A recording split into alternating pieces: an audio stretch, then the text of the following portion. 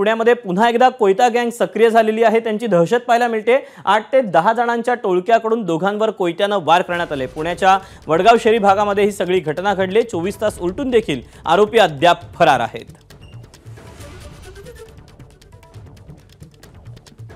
तेव्हा पुण्यामध्ये पुन्हा एकदा कोयता गँगची दहशत पाहायला मिळते। गेल्या अनेक महिन्यांपासून पुण्यातल्या विविध भागांमध्ये ही कोयता गँग सक्रिय झालेली होती। अनेकदा पोलिसांकडून या कोयता गँगवर कारवाई देखील करण्यात आलेली होती आणि त्यानंतर पुन्हा या कोयता गँगची दहशत सुरूच असल्याचं पाहायला मिळतंय। अपडेट जाणून घ्यात मिकी घई आपल्या सोबत आहे।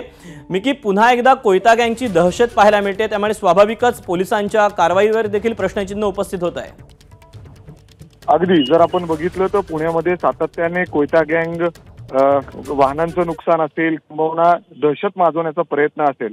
अगदी परवा दिवशी जर बघितलं तर हातामध्ये कोयता घेऊन अक्षरशः एक दुकान देखील फोडण्यात आलं होतं आणि त्यानंतर आज जर बघितलं तर चंदननगर पोलीस स्टेशनच्या हद्दीत 8 ते 10 जणांनी एकत्र येत अशा पद्धतीने दहशत माजवण्याचा प्रयत्न केलेला आहे। त्या मुलाला थेट एकत्र येत त्यांनी त्याच्यावर हातावर किंवा त्याच्या स्वाभाविक 24 तास उलटून गेले तरी मिकी आरोपी फरार असल्याचं पाहायला मिळते। मिकी, मी तुला थोडंसं थांबवतोय।